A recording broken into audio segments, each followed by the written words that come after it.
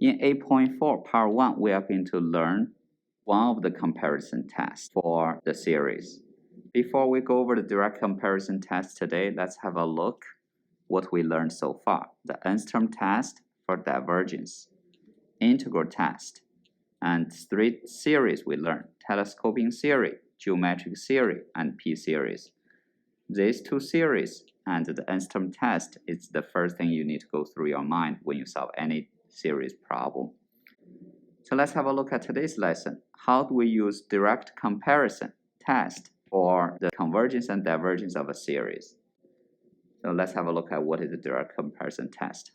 Let 2 series, AN and series BN. Okay. So if we know AN is less than BN or equal for some n values beyond some numbers, if we know B of n converges, then we can conclude AN converges. And if AN diverges, the BN will diverge. What does this mean?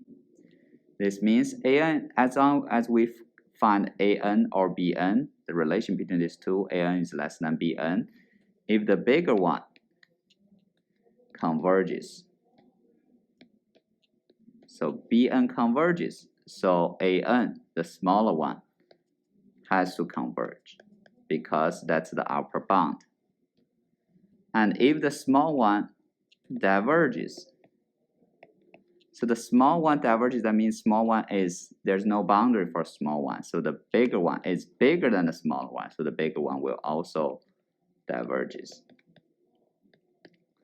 So our goal is trying to find a series which is smaller or larger than the original series.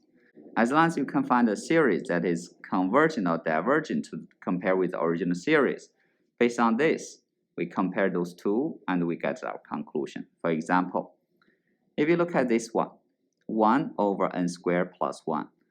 This series, as we know, this is less 1 than 1 over n squared. Because n squared, the denominator is smaller, so this one will be bigger. As we know, 1 over n squared, p-series, so it converges. So the bigger one converges, the original series will converge. Similarly, as we know, we can use p-series, p equals 1/2, so less than 1, so this series will diverge. If I didn't ask you what type of method you can use the p-series directly. And also, you can use direct comparison. As we know, 5 over square root of n is greater than 1 over square root of n.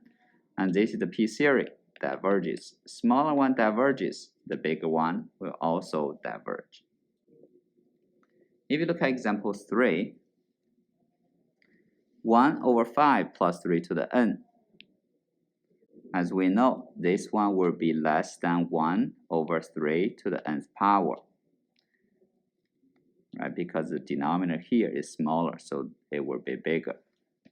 The bigger one, as we know, what type of series is this? Keep in mind, this is not a p-series, this is the geometric series. Geometric series with common ratio 1/3 between -1 to 1, so this one will converge.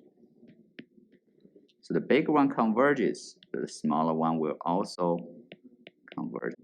Let's have a look at example 5. 5 to the n over 3n minus 2.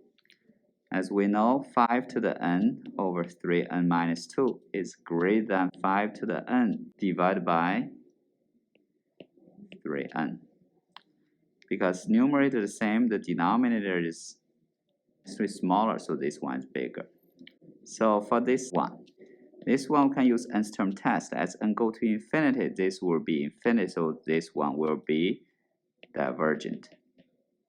So the smaller one diverges, so the bigger one will also diverge. And of course, if you look at the original problem, we can use nth term test directly, and we'll see it will diverge. So everybody, you can try number 5 and number 4 and number 6 yourself and compare with my answer key. This is my answer key for number 4 and number 6.